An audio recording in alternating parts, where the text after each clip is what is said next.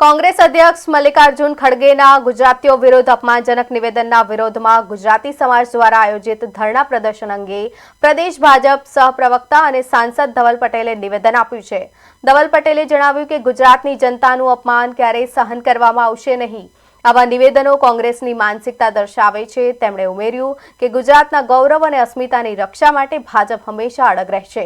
તેમણે સ્પષ્ટ કર્યું છે કે કોંગ્રેસના નેતાઓ વારંવાર ગુજરાત વિરોધી નિવેદનો આપે છે, પરંતુ આ ગુજરાતની જનતા આવનારી ચૂંટણીમાં યોગ્ય જવાબ આપશે।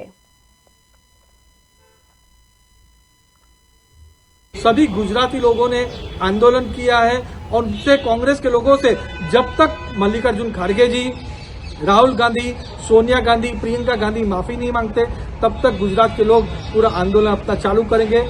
जैसे हमारा गुजरात पूरा कांग्रेस मुक्त गुजरात हुआ है, वैसे ही हम लोग पूरा कांग्रेस मुक्त भारत भी बनने वाला है, क्योंकि लोग अभी कांग्रेस की जो टुकड़े टुकड़े गैंग की राजनीति चल रहा है उसमें आने वाले नहीं है।